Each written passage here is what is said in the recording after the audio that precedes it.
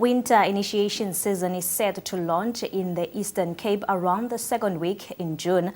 More than 370 deaths and 110 amputations have been recorded in the Eastern Cape during initiation seasons over the past 8 years.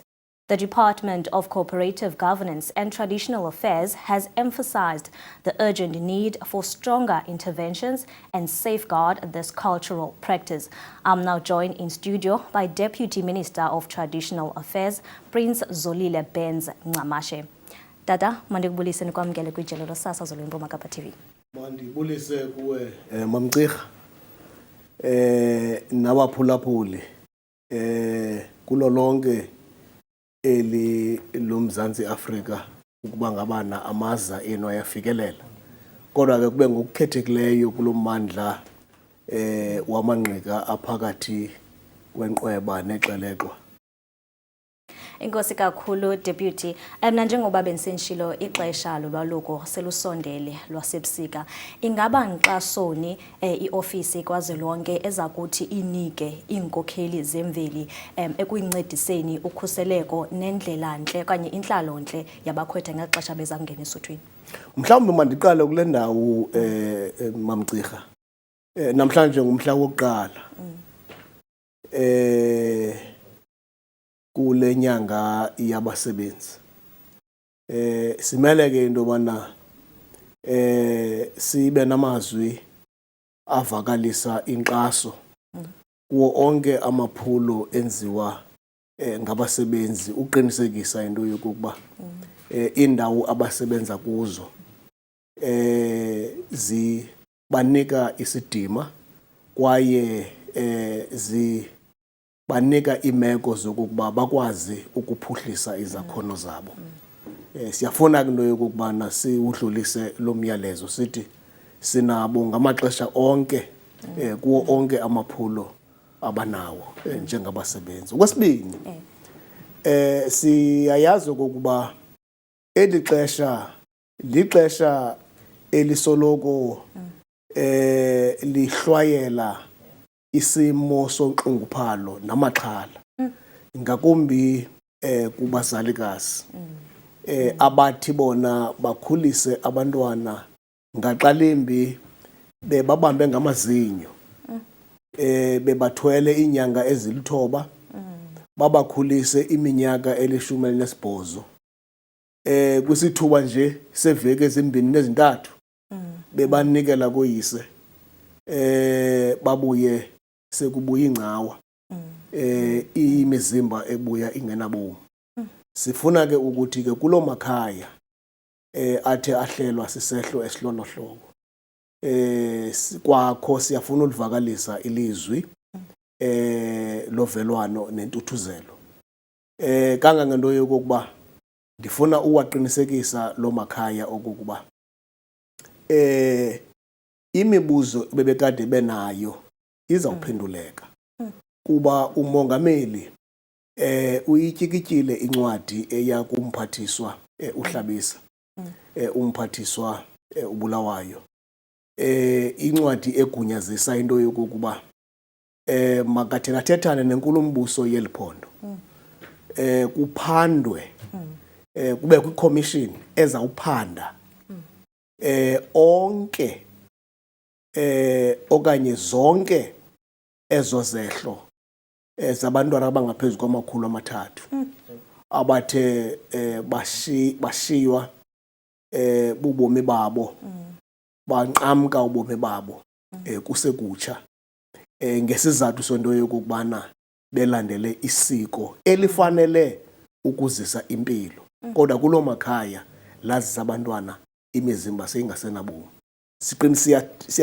Siyafuna ke uqinisekisa ukuba sizawuqalisa olonxibelelwano nothethwathethwano nenkulumbuso yeliphondo ukwenzela into yokubana sizokwazi uqinisekisa into yoba lo msebenzi umongameli awuthe wawugunyazisa uyenzeka. Ndibuye kwakho ndithi amaphulo sesiwaqalisa oqinisekisa ukuba zonke izibhaxa zorhulumende ziyabambisana ziyaphathisana kodwa okukokona kusenhloko yintatho nxaxheba yawo onke amakhaya anabantwana abaza kuya esuthwini. Sifuna uqinisekisa ke into yobana onke amakhaya alolo hlobo ujonge umthetho olawula inkqubo emayilandelwe kwisiko lolwaluko, aqinisekise into yokubana yonke lo migaqo ayayilandela. Kwakule nto inye ihamba nomgaqo, siyafuna ukukhuthaza namakhwenkwe aza kuya esuthwini elandela isiko elidala mawohlukane nempehle yokulukuhlana ngezinto ezingekhoyo, kuba kuyabonakala ukubana aba bantwana bathi ngokukhohlisana ngento abangayaziyo ngoba bangamakhwenkwe, abayazi into yobudoda, baxokisane ngelithi makungaselwa amanzi iveki zibe mbini phambi kokubana amakhwenkwe esuthwini. Ndixelele ngomphi umuntu onoze aphile engaseli manzi iveki zibe mbini. Kwiveki yokuqala befika seyiye yesithathu ke ngoku uve kusithiwa umntwana ukhathazwa zizintso wasuka wasweleka. Enkosi kakhulu Deputy, uzichaphazele enye yemibuzo bendiza kuyibuza, kodwa ndiyafuna ukuchaphazela kulaa mbuzo uthi ingaba kubaluleke kangakanani ukuhlolwa ngaphambili i-pre-screening ke ukutsho ngelasemzini phambi kokuba amakhwenkwe lawo aye esuthwini, njengokuba sisazi ukuba emaphandleni isikakhulu kuyathandwa ukuthi le nto ayingqamenanga nesintu. Ungathi mhlawumbi ungachaphazela apho uthini? Yinyaniso into yokubana ayiqhelekanga. Masingathi wena ayingqamenanga nesintu, ayiqhelekanga kuba kweli ixesha sekukho izigulo ezihlasela abantwana ebezikade phanga phambili ingenzeki lonto kuba lokho imeko ngoku zahlukile nendlela abantwana abakhula ngazo zahlukile kunezo nathi esasikhula ngazo. Ndiza kwenza umzekelo, umntwana othi esemncinci ahlaselwe sisigulo seswekile kuba efuzile ingeyonto ekuthiwa uzikhethele, yinto ubana mhlawumbi uyithathe ebazalini lonto, okanye umntwana onepressure, okanye umntwana onesifo sesathuthwane.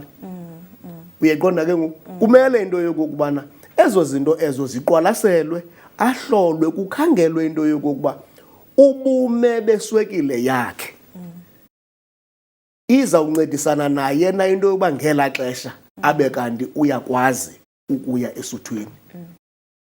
Uba enzeka loo nto ingehle ibe nemithelela eyawubangela into yobana athi sele epha esuthwini ngeemeko zasesuthwini angakwazi ukumelana nazo. Loo nto ikhokelele ekubeni ubomi bakhe bunqanyulwe kusekutsha. Ngoko ke ibaluleke kakhulu into yokuqinisekisa uba abantwana bayahlolwa. Unjawunje oku nabo babahlolayo mabaqinisekise into yokokubana benza umsebenzi osulungekileyo, ingabi yinto yokokubana iyenziwa kuba kugqithiswa usana kunina. Kungenjalo athi naye ebona okokubana lo mntwana akakho kwisimo kodwa ngenxa yomkhuba wokunyotywa amkele ukunyotywa ngento ezawubeka ubomi bomntana esichengeni. Sifuna ke ngokuqinisekisa into yobana abazali lo msebenzi bawuphatha ngokunyaniseka, nabasebenzi lo msebenzi bawuphatha ngokusulungeka. Xa sinokuyenza yonke loo nto ngokubambisana, ngokuphathisana, iyawuqinisekisa into yokubana abantwana bethu bazawuya esuthwini bephila, babuye esuthwini bephilile, ukuze ngokubuya kwabo bephilile ibe yimibhiyozo nogcolodo emakhayeni abo.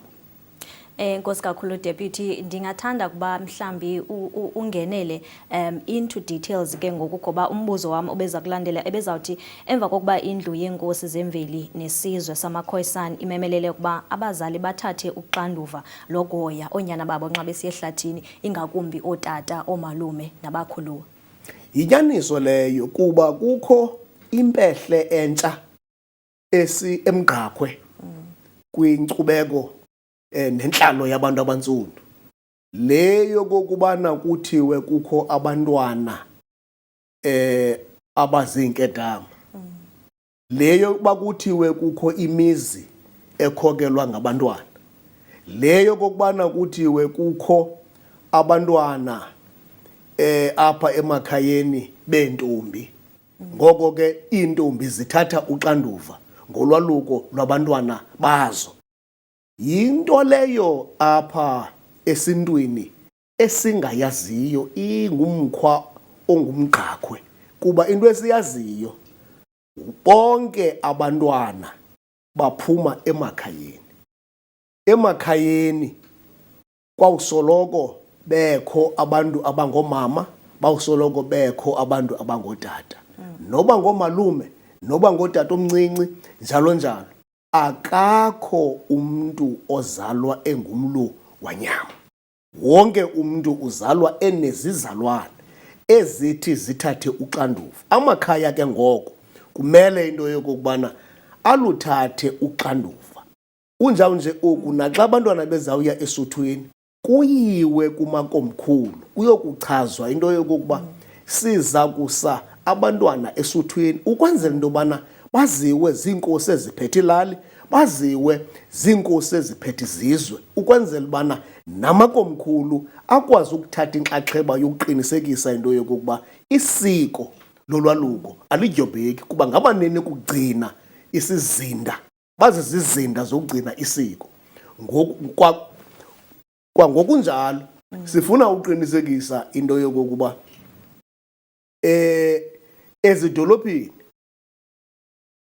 ooceba bayayithatha inxaxheba kwiindawo abakuzo, kuba ayikho indawo engenaceba kwintlalo yethu. Noba ngabana uceba ungumntu ongumama, phaa kwelaa qumrhu asebenza ngalo okanye laa komiti, le nto kuthiwa yi-ward committee, baza kubakho ootata abalenzileyo eli siko. Bamele ke ngoku into yobana bathathe uxanduva uqinisekisa into yokokuba abantwana bethu baya esuthwini bephila, babuye bephila. Amakhankatha, bazali, chongani amakhankatha anesimilo esinokufuzwa nekunokufundwa kuso ngabantwana. Awunawuthatha ikhankatha apha kwa umkhwa walo uyabonakalisa okokubana lo mntu ayikho into nokufuzwa kuye, kuba kaloku umntu olikhankatha kufuneka le nto lwaluko sisikolo.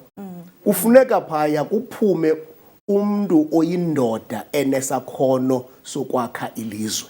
Uzawulakha njani ilizwe efundiswa ngumntu ongenamzi? Iqala apho.